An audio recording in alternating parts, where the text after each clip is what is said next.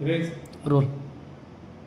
महाराष्ट्र विधान परिषदेचे विरोधी पक्षनेते माननीय अंबादासजी दानवे साहेब यांच्याकडून या कार्यालयास एक पत्र प्राप्त झाले. त्या पत्रात नमूद केलेले होते की धुळे शहरातील मोहाडी उपनगरामध्ये डॉक्टर भानुदास पाटील हे अवैधरित्या रुग्णाच्या जीवाशी खेळणारी औषधी विक्री करत आहेत, तसेच वैद्यकीय गर्भपातासाठी लागणारी औषधी सुद्धा वितरित करत आहेत अशी माहिती प्राप्त झाली.